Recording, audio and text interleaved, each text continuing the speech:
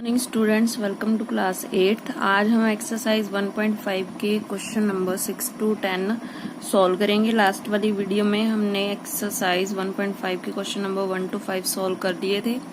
So question number 6 क्या है आपके पास? Akshita invested 3/8 of a fixed amount in the share market, 1/7 in real estate and the remaining amount in buying a car.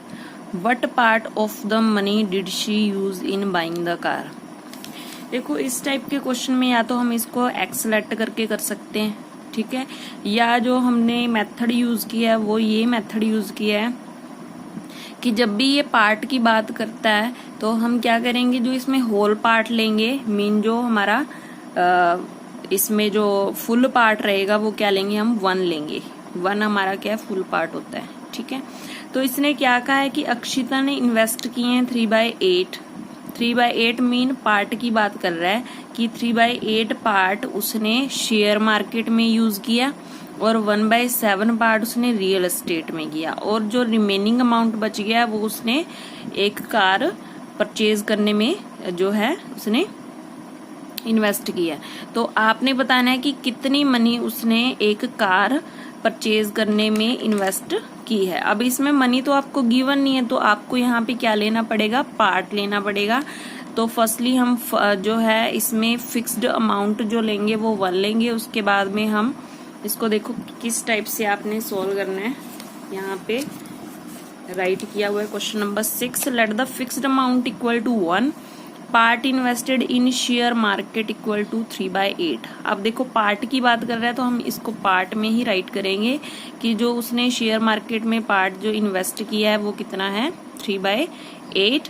Part invested in real estate 1/7, part invested in both 3/8 plus 1/7। अब देखो, अब हम क्या करेंगे, हम ये देखेंगे कि उसने शेयर मार्केट और रियल एस्टेट में कितना पार्ट इन्वेस्ट कर दिया।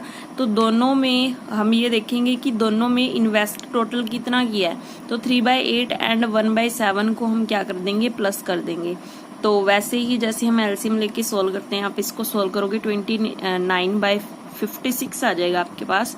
अब हमने ये देखना है कि उसने जो रिमेनिंग पार्ट है वो अपनी कार परचेज करने में उसने जो है इन्वेस्ट किया, तो उसने कितना पार्ट इन्वेस्ट किया है। तो remaining part for buying car equal to, आप क्या करोगे, टोटल जो फिक्स्ड अमाउंट है आपके पास उसको आप 1 लेट करोगे, मीन 1 राइट करोगे, और उसमें से जो आपका इन्वेस्ट किया है रियल एस्टेट और शेयर मार्केट में उनका जो एडिशन था उसको आप इसमें से 1 में से माइनस करोगे। वैसे ही आप इसको एलसीएम लेके सोल्व करोगे, यह जगह 27/56 मीन इतना पार्ट जो है उसने क्या है, एक कार परचेज करने में इन्वेस्ट किया है। Clear student? नेक्स्ट क्वेश्चन है हमारे पास question number 7, if 12 1/2 metre of a rope is divided into 5 equal pieces, find the length of each piece. उसने क्या कहा कि एक रोप है, उसको 5 इक्वल पार्ट्स में पीसीज में उसको कट किया गया है, तो ईच पीस आपने बताना है। अब सपोज टू भी आपके पास 10 मीटर एक रोप है, ठीक है, लेंथ जो है उसकी 10 मीटर है, आपने उसको 2 इक्वल पीसेस में करना है। तो आप 2 इक्वल पीसेस में करोगे, उसको हाफ हाफ कर दोगे तो कितना बचेगा आपके पास, 5 metre and 5 metre. Each piece जो है वो कितनी लेंथ का होगा, 5 मीटर का। तो आपने क्या किया, 10 को 5 से डिवाइड किया, 2 से डिवाइड किया। जो हमने 2 इक्वल पार्ट्स लेने थे, पीसेस लेने थे, 2 से आपने डिवाइड किया तो आपके पास 5 मीटर एंड 5 मीटर आ गया। इसमें भी आपने क्या करना है कि जो आपको रोप की लेंथ गिवन है उसको 5 इक्वल पीसेस में, मीन 5 से आपने क्या कर देना है, डिवाइड कर देना है। क्लियर है? तो यहाँ से हमारी लेंथ ऑफ ईच पीस आ जाएगी। तो फर्स्टली आप क्या राइट करोगे, यहाँ पे total length of rope equal to 12 1/2 metre, ठीक है। ये आपका मिक्स नंबर गिवन है, इसको इम्प्रॉपर में चेंज करोगे, ये आ जाएगा 25/2। नंबर ऑफ इक्वल पीसेस, ये हमारे पास कितने गिवन है, आपको 5 गिवन है। लेंथ हमने फाइंड आउट करनी है, तो टोटल जो आपको लेंथ गिवन है उसको आप जो टोटल नंबर ऑफ पीसेस है उससे क्या कर दोगे, डिवाइड कर दोगे। अब देखो 5 जो है एक आपको होल नंबर गिवन है, आप इसके डिनोमिनेटर में 1 यहाँ पे लगा दोगे तो ये क्या बन जाएगा, एक रैशनल नंबर बन जाएगा, ठीक है, रैशनल नंबर बन जाएगा। तो आप यहाँ पे क्या करोगे, जब आप डिवाइड को मल्टीप्लाई के साइन में चेंज कर दोगे तो इसका रेसिप्रोकल करोगे, ये जगह 1/5। उसके बाद में जब आपने इसको कैंसिल किया 5 1 जार एंड 5 5 जार, तो कितना बचा 5/2। अब 5/2 आपके पास इम्प्रॉपर है, इम्प्रॉपर को आप मिक्स में चेंज करो, ये आ जाएगा 2 1/2 मीटर। मीन ईच पीस की जो लेंथ होगी वो कितनी होगी 2.5 मीटर। क्लियर है। उसके बाद में क्वेश्चन नंबर 8 है, there are 65 1/2 pieces of wood which need to be painted. If one bucket is enough for 3/4 pieces of wood, how many buckets of paint would be required to paint all pieces? क्या कह रहा है question कि जो 65 1/2 pieces हैं would के, ठीक है, उनको सभी को पेंट करना है। अगर एक बकेट, पूरी एक बकेट 5 3/4 पीसेस को पेंट कर देती है तो कितनी बकेट लगेंगी सभी पीसेस को पेंट करने में। सपोज टू बी आपके पास 10 पीसेस हैं वुड के, और एक बकेट से मान लो कि 10 रूम है आपके पास, ठीक है, आपने एक बकेट से 2 रूम जो है पेंट कर दिए, तो आपको टोटल कितने बकेट्स चाहिए होंगी, तो 10 को 2 से डिवाइड करोगे, मीन 5 बकेट्स लगेंगी आपको 10 रूम को पेंट करने में। तो आपने यहाँ पे डिवाइड किया। इसी टाइप में यहाँ पे भी हम क्या करेंगे कि जो 65 1/2 है इसको 5 3/4 से डिवाइड करोगे तो आपके पास यहाँ पे नंबर ऑफ बकेट्स आ जाएगा। तो कैसे सोल्व किया इसको, question number 8, total number of pieces of would आपको गिवन है 65 1/2, तो इसको मिक्स्ड इम्प्रॉपर में करोगे तो ये 131/2 आ जाएगा। Number of pieces of painted by using 1 bucket, मतलब कितने पीसेज हैं वुड के जो पेंट किए जा सकते हैं 1 बकेट का यूज करके, वो 5 3/4 पीसेज हैं। इसको भी आप इम्प्रॉपर में चेंज कर दोगे। फिर number of bucket find out करनी है to paint all the pieces of wood, तो इसको आप 23/4 से क्या कर दोगे, डिवाइड कर दोगे। यहाँ पे नंबर ऑफ बकेट्स आ जाएगा। यहाँ पे डिवाइड को किस में चेंज कर दोगे आप, मल्टीप्लाई में, इसको जो है रेसिप्रोकल कर दोगे। फिर जो कैंसिल होता है कैंसिल करके बाकी आपके पास कितना आ जाएगा, इतना आ जाएगा। इसको फिर से मिक्स में चेंज करोगे तो 11 9/23 जो है बकेट्स लगेंगी आपको टोटल इतने पीसेज ऑफ वुड को पेंट करने में। क्लियर है स्टूडेंट्स। सो उसके बाद में क्वेश्चन नंबर 9 है, train covers a distance of 74/5 kilometre in 1 hour, how much distance will it cover in 3/4 hours. वो कह रहा है कि एक जो ट्रेन है वो 1 आवर में इतनी डिस्टेंस कवर करता है, तो बताओ इतने आवर्स में कितनी डिस्टेंस कवर करेगा। यहाँ पे जो आपको पूछा होता है आपने उसी टाइप से अपनी जो है स्टेटमेंट यहाँ पे राइट करनी होती है। जो पूछा होता है उसको इक्वालिटी में रखना है। अब डिस्टेंस पूछी है, इट मीन आप डिस्टेंस को इक्वालिटी में राइट करोगे। कैसे राइट करना है, देखो कि distance covers by train in 1 hour, कि 1 आवर में, देखो आपको यहाँ पे वैसे तो ऐसे दिया हुआ है कि train covers distance of 74/5 kilometre in 1 hour. तो अकॉर्डिंग टू दिस हम अगर ओनली फर्स्ट वाली जो है स्टेटमेंट को देखें तो हम इक्वालिटी में 1 आवर लिखेंगे, ठीक है। उससे हमारा क्वेश्चन रॉन्ग हो जाएगा। मीन रॉन्ग तो नहीं होगा बट उसमें हमें समझ में नहीं आएगा कि हमें क्या करना है, मल्टीप्लाई करनी है, डिवाइड करना है, प्लस करना है, माइनस करना है। सो अगर आप इजी वे में देखो कि जो आपको पूछा हो अगर उसी को इक्वालिटी में रखो तो इजीली क्वेश्चन कर सकते हो। तो यहाँ पे आप क्या करोगे कि जो ट्रेन ने डिस्टेंस कवर किया है 1 आवर में वो कितना है 74/5 किलोमीटर, इसको इक्वालिटी में रखना है। यहाँ पे देखो distance covers by train in 1 hour equal to 74/5 kilometre, और जितना इसने पूछा कि 3/4 आवर्स में कितनी डिस्टेंस कवर करेगा। तो देखो अगर 1 आवर में इतनी डिस्टेंस कवर करता है तो इतने आवर्स में कितनी करेगा, मल्टीप्लाई करेंगे। जैसे हम क्या करते थे कि अगर 1 kg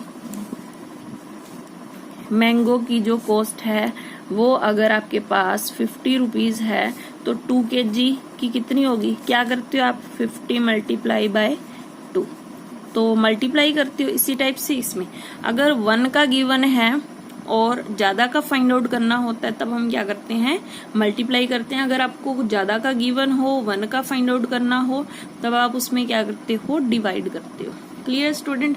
इसको जो कैंसिल होता है कैंसिल करके बाकी आ जाएगा आपके पास 265 1/2 किलोमीटर। नेक्स्ट क्वेश्चन नंबर 10 है आपके पास। A square of side 80 centimetre had patterns in circle of diameter 15 centimetre laid out each touching the other. Find the area of the sphere not covering the circles. Not covered by the circles. क्या given है आपको? एक square given है। देखो यहाँ पे मैंने एक स्क्वायर बनाया। एक स्क्वायर गिवन है जिसकी जो ईच साइड है वो 80 सेंटीमीटर है। ठीक है, इसके अंदर कह रहा है कि सर्कल गिवन है आपको। सर्कल की उसने बताया नहीं कि कितने सर्कल हैं, बट वो कह रहा है कि इसी स्क्वायर के अंदर हैं और ईच सर्कल का जो डायामीटर है वो 15 सेंटीमीटर है। मीन हमें खुद ही देखना पड़ेगा कि इसमें कितने सर्कल बनते हैं। देखो, अगर आप 15 से 80 को डिवाइड करोगे तो पूरा पूरा डिवाइड नहीं होगा। देखो 15 6 जार 90 होते हैं। ठीक है, अगर तो यहाँ पे 90 गिवन होता तो हम ईच लाइन में मीन 1 रो में हम 6 सर्कल यहाँ पे ड्रॉ कर सकते थे, बट यहाँ पे 80 मीन 90 से कम है तो इट मीन 6 से कम होंगे। तो हमने मीन 1 रो में आप ज्यादा से ज्यादा कितने जो है ड्रॉ कर सकते हो सर्कल? 5 सर्कल ड्रॉ कर सकते हो। इसी टाइप से आप अगर कॉलम वाइज देखो तो ये भी कितने होने चाहिए? 5 1 2 3 4 5। मैंने क्या किया, यहाँ पे 5 रोज बना ली और 5 रोज में 5 ही सर्कल होंगे। क्यों? क्योंकि ये स्क्वायर शेप में है। ठीक है, तो यहाँ पे आपके पास देखो कितने हैं? 5 10 15 20 एंड 25। मीन 1 स्क्वायर में 25 सर्कल आपके ऐसे ड्रॉ होंगे जिनकी जो डायामीटर है वो कितना है? 15 सेंटीमीटर है। क्लियर है? तो आपने क्या फाइंड आउट करना है? आपने ये फाइंड आउट करना है कि जो एरिया स्क्वायर ने कवर नहीं किया, जो स्क्वायर के अंदर जो सर्कल्स के द्वारा जो कवर नहीं किया गया वो एरिया बताना है आपने स्क्वायर का। मीन ये जो खाली एरिया है ना, यहाँ पे ये वाला एम्प्टी स्पेस जो है वो बताना है कि कितने सेंटीमीटर है। तो क्या फाइंड आउट करना पड़ेगा आपको? पहले स्क्वायर का एरिया फाइंड आउट करना पड़ेगा, फिर 1 सर्कल का एरिया फाइंड आउट करना पड़ेगा, फिर 1 सर्कल के एरिया को 25 से मल्टीप्लाई करो क्योंकि हमारे पास यहाँ पे 25 सर्कल्स हैं। ठीक है, वहां पे 25 सर्कल्स का एरिया आ जाएगा। फिर आप क्या करोगे? स्क्वायर के एरिया में से 25 सर्कल्स का जो एरिया है उसको माइनस करोगे तो आपके पास वहां पे एम्प्टी स्पेस का एरिया आ जाएगा। क्लियर है? तो कैसे किया? यहाँ पे साइड ऑफ स्क्वायर राइट किया हमने 80 centimetre, diameter of circle 15 centimetre है तो रेडियस फाइंड आउट कर लेंगे क्योंकि एरिया ऑफ सर्कल में रेडियस यूज होती है। तो रेडियस हमने फाइंड की तो हमें पता है डायमीटर को अगर 2 से डिवाइड करोगे तो रेडियस आ जाएगी। ठीक है, maximum number of circle can be made in 1 side या 1 रो। 1 रो में या 1 साइड में हम कितने maximum number of circles draw कर सकते हैं? 5। ठीक है, और क्या क्या है? Total number of circles can be made in square. पूरे स्क्वायर के अंदर हम कितने? 5 इस साइड 5 इस साइड, मीन ये 5 रोज बन जाएंगी। तो हमें पता है 5 5 जार 25 हो जाएंगे total circles. Area of square हमने फाइंड आउट करना है। एरिया ऑफ स्क्वायर क्या होता है? Side multi side, 80 multi 80 6400 centimetre square हो जाएगा। एरिया ऑफ 1 सर्कल हमने फाइंड आउट किया pi r square. Pi r square तो यहाँ पाई की वैल्यू 22/7 मल्टीप्लाई आर और इंटू आर, जो कैंसिल होता है कैंसिल करके हमारे पास यहाँ पे कितना आ जाएगा? 2475/14 सेंटीमीटर स्क्वायर। ये 1 सर्कल का एरिया है। आपने कितने सर्कल्स का फाइंड आउट करना है? 25 सर्कल्स का। तो इसको 25 से मल्टीप्लाई कर दोगे। ठीक है, इसको एज इट इज ही राइट करना है आपने, इसको अभी कुछ नहीं करना। उसके बाद में देखो remaining area of square not covered by circles. जो रिमेनिंग एरिया सर्कल का स्क्वायर का रह गया जो कि सर्कल्स ने कवर नहीं किया है, सर्कल के अंदर नहीं आया जो एरिया, मीन जो बच गया है वो फाइंड आउट करना है स्क्वायर का। तो स्क्वायर के एरिया में से आपने 25 सर्कल्स के एरिया को क्या कर देना है? माइनस कर देना है, सब्ट्रैक्ट कर देना है। तो उसके बाद में आपके पास क्या आ जाएगा? जब हमने उसको सोल्व किया, एलसीएम लिया, हमारे पास इतना आ जाएगा। ठीक है, तो ये आ जाएगा 1985/14 सेंटीमीटर स्क्वायर। मीन इतना जो एरिया है वो स्क्वायर में है जो कि सर्कल ने कवर नहीं किया। सो स्टूडेंट्स, ये हमारी लास्ट एक्सरसाइज थी 1.5, जिसके क्वेश्चंस हमने कंप्लीट कर लिए हैं। सो फर्स्ट चैप्टर आपका रैशनल नंबर्स कंप्लीट हो गया है। इसको आप अपनी फेयर नोटबुक में कंप्लीट कर लोगे। Thank you.